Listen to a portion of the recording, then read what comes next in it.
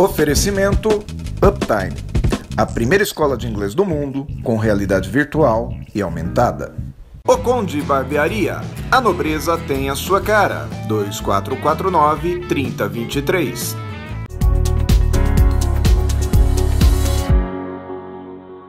Café Corporativo, aqui no canal 25, esse programa que vem com o objetivo de trazer um pouco do mundo corporativo para as pessoas que estão aí em casa, para o cidadão comum, que muitas vezes se pergunta onde eu erro, onde eu posso melhorar. O objetivo desse programa é trazer pessoas aqui que possam contar histórias, que possam nos trazer experiências. Experiência hoje nós trazemos com Davi Rodrigues Poit.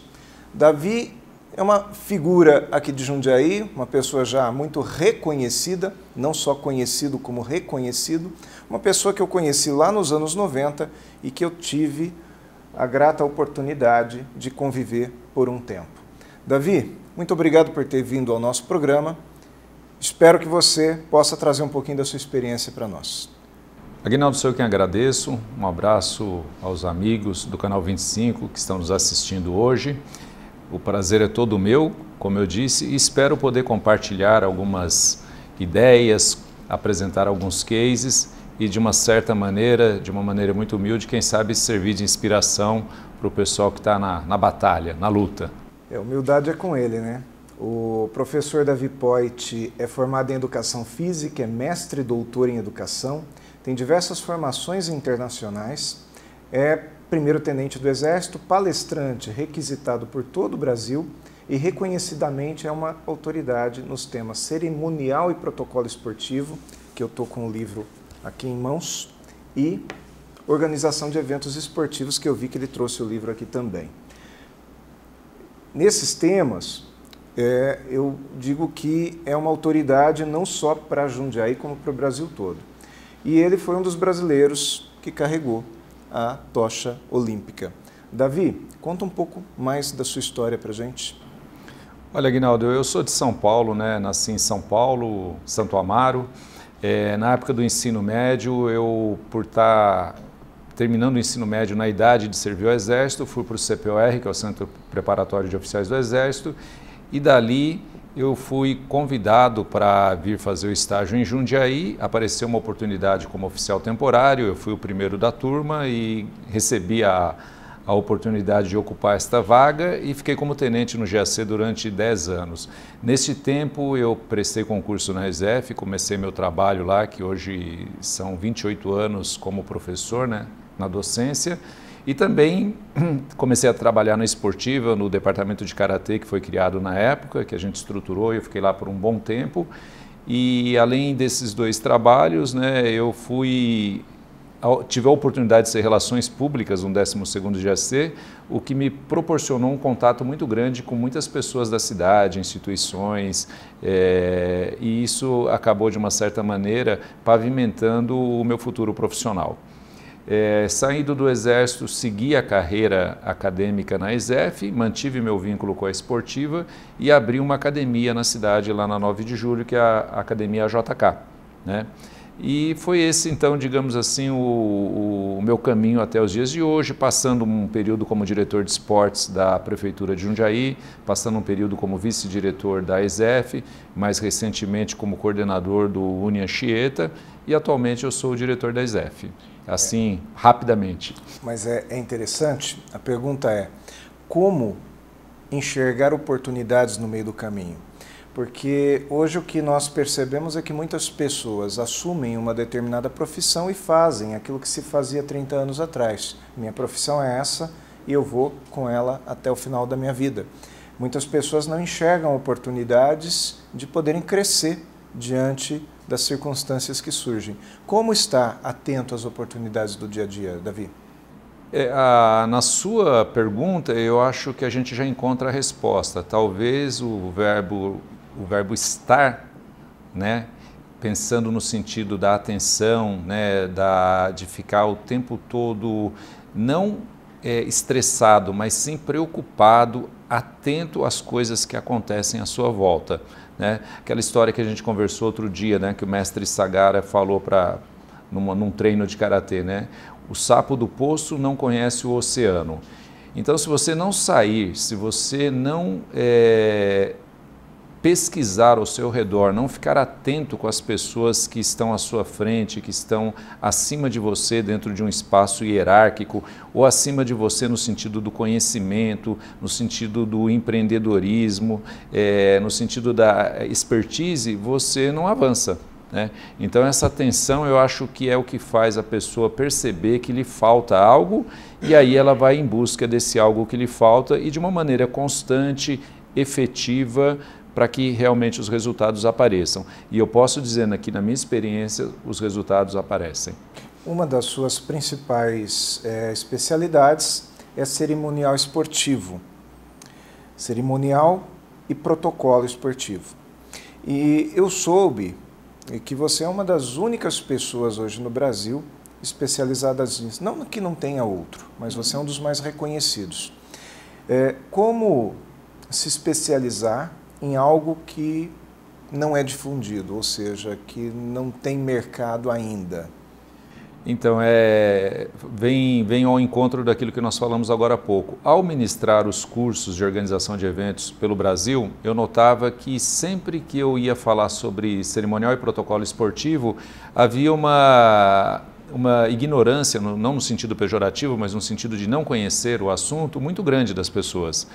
E eu verificava que perguntas simples, né, como por exemplo, quantas estrelas nós temos na bandeira do Brasil, né? Aplaude-se ou não o hino nacional, coisas assim simples, como se coloca as bandeiras num evento esportivo, as pessoas tinham muitas dúvidas, né? E a partir daí eu vi que valeria a pena escrever alguma coisa, ou escrever algum artigo, ou participar de algum congresso nessa área, e por conta desse trabalho, daí saiu o livro Cerimonial e Protocolo, que ocupou um espaço onde não havia, e por conta disso as pessoas também me reconhecem como um autor, como uma pessoa que milita nessa área. E eu percebo o quanto você é criativo, que você cita cases de falta de atenção no cerimonial. Sem a dúvida. parte final do seu livro, talvez ela seja, não que seja mais interessante, mas ela é mais gostosa de ler. Descontraída. Porque nós nos divertimos com as piadas que surgem, né?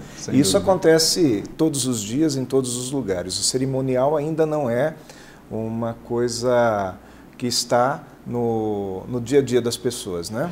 E mesmo eu tenho uma palestra bem legal, Aguinaldo, chamada assim, Erros e Falhas no Cerimonial dos Grandes Eventos Esportivos. E você pega o exemplo de Londres, 2012, né, eles organizaram os Jogos Olímpicos e aconteceram várias pequenas falhas no país que o protocolo é um exemplo, né, é um paradigma para o mundo inteiro. E aí quando a gente fala Londres erra, as pessoas ficam, né, será que aconteceram erros? E aconteceram, né? E a palestra versa sobre esses erros.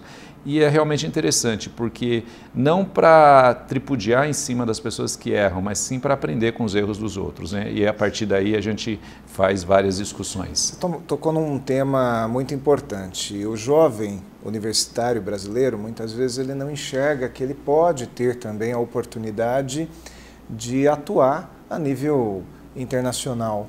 Você é um exemplo, mas como que nós podemos trabalhar a autoestima dessa molecada para que elas possam também sonhar com voos mais altos? Eu aprendi em algum momento que a motivação, a força de vontade é uma porta que se abre de dentro para fora, né? Mas isso não impede a gente chegar lá e bater um pouquinho nessa porta, né? Dizer para eles que é importante, dar alguns exemplos e tudo mais. Eu acredito muito, Aguinaldo, assim como você já me falou em outras vezes, na ideia de você ter algumas pessoas como referência, né? E isso às vezes na faculdade, no primeiro momento o aluno não entende, mas depois ele entende que o professor também pode ser uma referência para ele, né? Hoje ser universitário já faz parte de uma parcela muito pequena da população. Nós temos hoje dentro da população brasileira em torno de 9, 10% da população formada no ensino superior e em torno de 15% da população em idade para fazer uma universidade dentro da universidade. É um número muito pequeno comparando com outros países.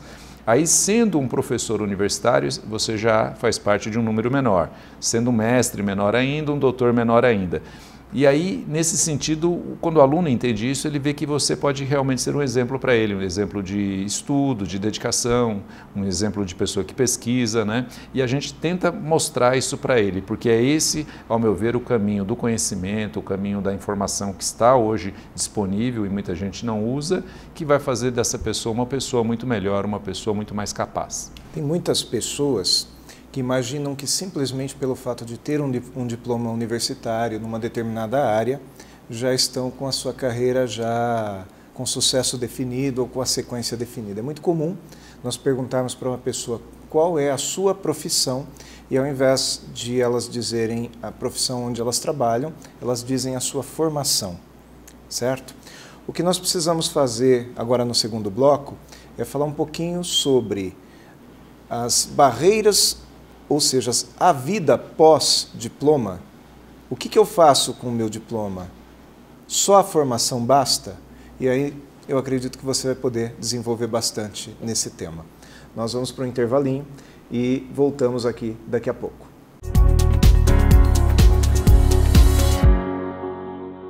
Em modernas instalações e sob direção do Dr. Carlos Alberto Basso, nossa clínica preza por um atendimento humanizado e garante ambiente seguro, agradável e com fácil estacionamento. Tudo isso para atender a você e sua família com o que há de mais moderno em tecnologia vacinal. Instituto de Vacinas Jundiaí, Rua Barão de Tefé 405, Anhangabaú.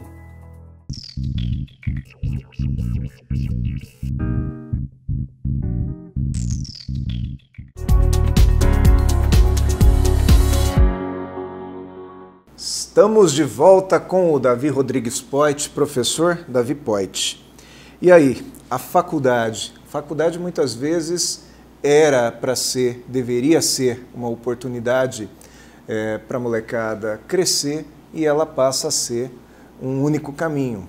Parece que a pessoa se forma naquilo e obrigatoriamente ela precisa trabalhar naquilo.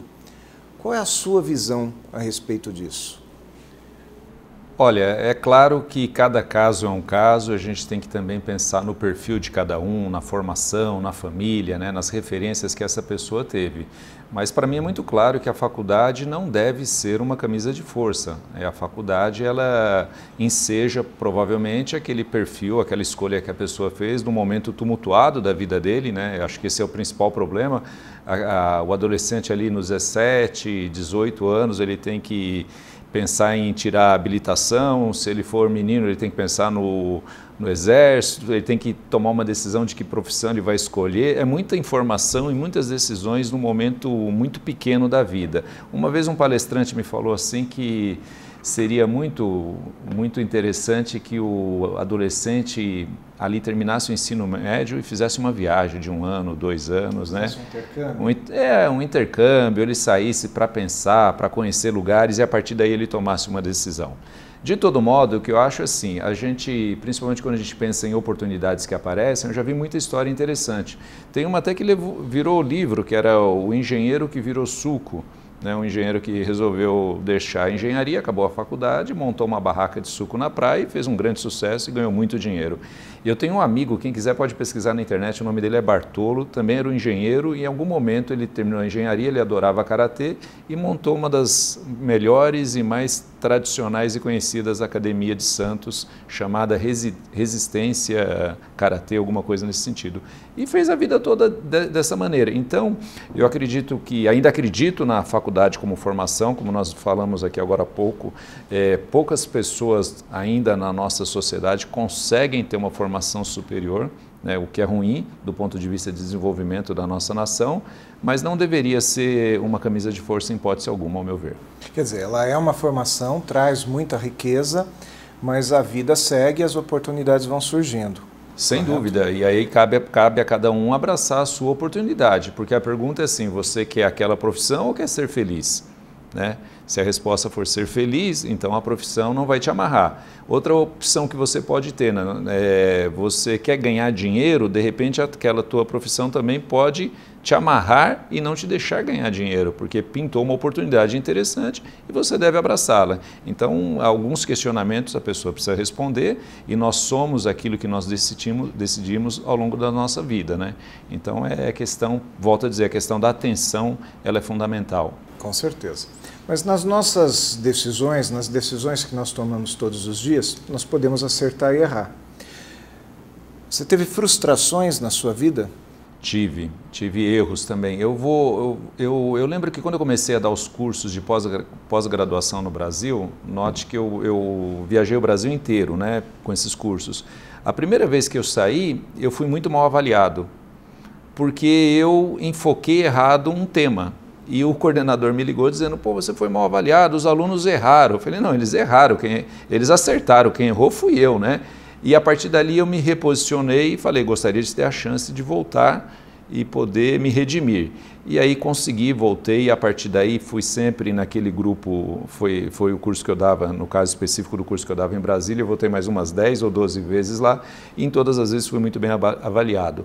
Então o erro, ele me ajudou, me deu a oportunidade de acertar. E eu sempre digo, quando a gente não vê os nossos erros ou acha que os outros estão errados e que não somos nós o errado, fica muito mais difícil, né? Então eu acredito que essa humildade de aceitar o erro e mais do que a humildade de aceitar o erro, a vontade de corrigi-lo é fundamental nos dias de hoje. Com certeza, mas muita gente desiste nessas frustrações. Eu vi muita gente já desistir no primeiro percalço do caminho, no primeiro tombo, e aí a pessoa tem vem dizer assim, nossa, eu acho que eu não dou para coisa, eu acho que eu não sou o cara para trabalhar com isso, escolhi minha profissão errada. Vejo pessoas que estão já com anos de carreira e chega um determinado momento que elas se sentem mal em função da carreira escolhida. Qual é o tipo de mensagem que uma pessoa com a tua história de vida pode trazer para esse pessoal? Então, Aguinaldo, o sucesso, né, ele sempre tem junto dele vários insucessos, né? Ninguém vive só acertando na vida, né? Você pega o exemplo das medalhas que um atleta ganha, e você pode escolher qualquer atleta que você conheça, fala, deixa eu ver sua coleção de medalhas. Ele vai mostrar ali centenas de medalhas, talvez alguns milhares de medalhas, mas a pergunta é, quantas competições você participou e não ganhou nenhuma medalha? Sim. Né? Então isso é muito comum, a gente participa muitas vezes de algumas coisas e se frustra, né? Por alguns motivos. O importante é entender por que você não conseguiu e a partir daí se reavaliar, se reposicionar e tudo mais. E que no mercado a gente chama de benchmarking, né? O que é o benchmark? É você avaliar o seu concorrente, as pessoas que trabalham na mesma área que você e verificar por que ele está fazendo alguma coisa tão bem feita e você ainda não está. Né? O que te leva a estar tão atrasado com relação a ele, né? Então acho que isso é uma atenção que a gente tem que ter também. E admitir o erro, admitir aquele momento que você não está bem para poder se recuperar e voltar a performar bem. Lembro o Tite, técnico hoje da seleção brasileira, não sei quantas vitórias aí seguidas, enfim, voltou a trazer aquela animação para a torcida brasileira depois da Copa do Mundo, a frustração da Copa do Mundo, mas há alguns anos atrás ele era um técnico normal, daqueles que ninguém queria no seu time, né? Isso que você está falando me lembra também aquele conceito de resiliência, né? Hoje o mercado, ele gosta muito daquele profissional que é resiliente. O que é o resiliente? Aquele cara que já foi amassado, pulverizado, né? Degradado, e ele volta bem, ele dá a volta por cima, volta produzindo, volta feliz, e acho que é um exemplo. A própria seleção brasileira perdeu de 7-1, perdeu a Copa, caiu no ranking, e hoje é a segunda do ranking, logo atrás da Alemanha. Ok. O professor Davi Poit, há poucos anos atrás, ele teve um problema de saúde. E eu vou te fazer, em cima desse fato, duas perguntas. Primeiro, o esporte te ajudou a superar? Segundo, a superação deste seu problema de saúde te ensinou algo mais? Para quem não sabe, eu tive um linfoma, né? E esse linfoma eu descobri meio que por acaso, fui fazer um exame dermatológico e vi que as minhas plaquetas estavam em 30 mil, de um mínimo normalmente de 150 a 200 mil plaquetas. Então eu estava há 24 horas ali de passar desta para uma melhor, né? E aí corremos, né? Foi uma corrida muito grande, hospital, médico e tudo mais. E a primeira pergunta é se o esporte me ajudou. Sim, porque num primeiro momento a gente fica assustado, né, preocupado, mas 24 horas depois ali de hospital eu falei, vou usar tudo que eu aprendi a meu favor. Então, que é organização, disciplina, os próprios amigos, a família, a energia que isso pode nos trazer e a própria medicina, é óbvio, né, a fé. Isso tudo fez com que se tivesse uma energia positiva muito grande, que eu não tenho dúvida que me ajudou muito na superação deste linfoma. E o que isso deixa como base, como lição, como aprendizado? Então, acho que a grande lição que eu tirei é que eu sempre fui uma pessoa muito séria, muito dedicada a tudo que eu fazia. E eu imaginava que por conta disso eu estaria cheio de inimigos aí pela praça, né? E quando eu fiquei doente eu vi que é justamente o contrário. Mesmo aquelas pessoas que em algum momento nós já tivemos algumas rusgas, falaram assim, não, você sempre foi correto, fez as coisas direito, estamos juntos, vamos vencer juntos, conte comigo. Então eu acho que a grande mensagem foi a mensagem da humanidade. Né? As pessoas, apesar de brigarem, as pessoas, apesar de disputarem o mesmo espaço, na hora que um precisa, nós ainda somos humanos, nós ainda nos abraçamos, nós ainda nos amamos. Então essa ideia de que a doença humaniza, ela é realmente verdadeira. Muito obrigado. Eu sou uma pessoa muito grata pela amizade que eu tenho. Ele me deu um livro autografado. Pode ter certeza que já estou lendo e vou guardá-lo. Eu que agradeço, Aguinaldo. Muito obrigado. Mais do que o livro, eu vou guardar na memória muitos dos nossos papos de café. Muito obrigado. Daqui a pouco nós vamos trazer um pouquinho mais de cafeína, um pouquinho mais de intensidade para o nosso café corporativo lá na barbearia O Conde.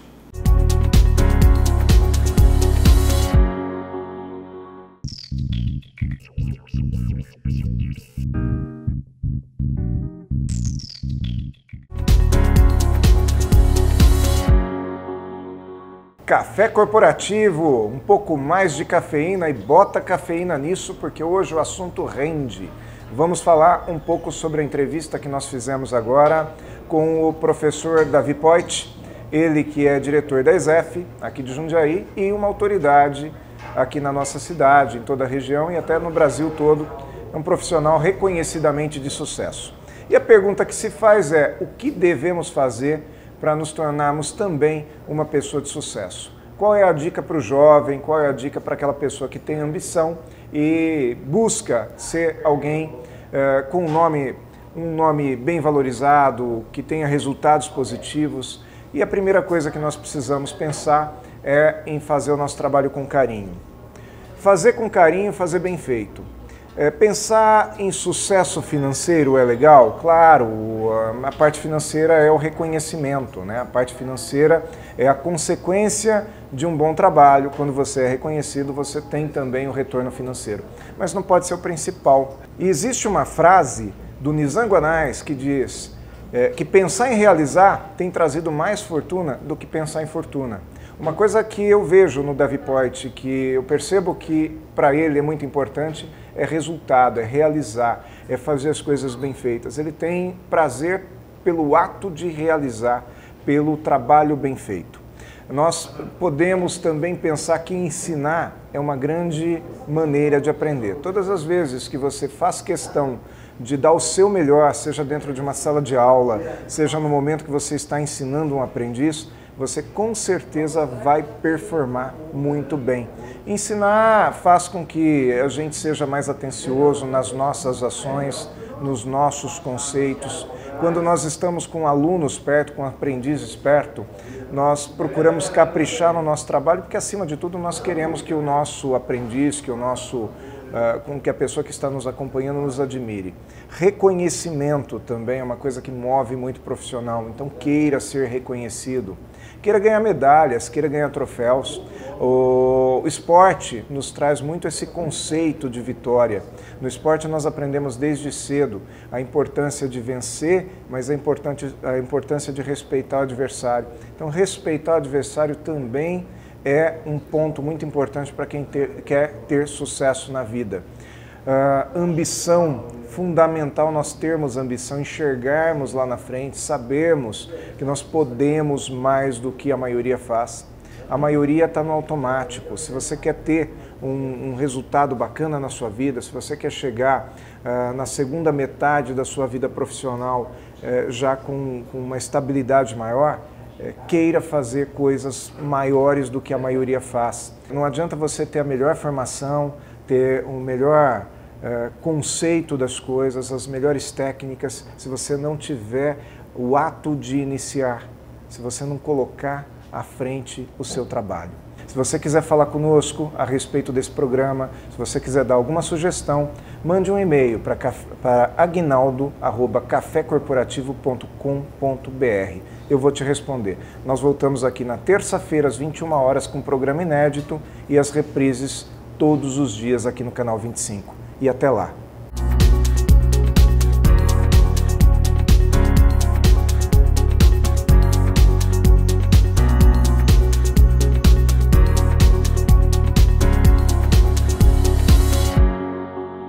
Oferecimento Uptime, a primeira escola de inglês do mundo com realidade virtual e aumentada.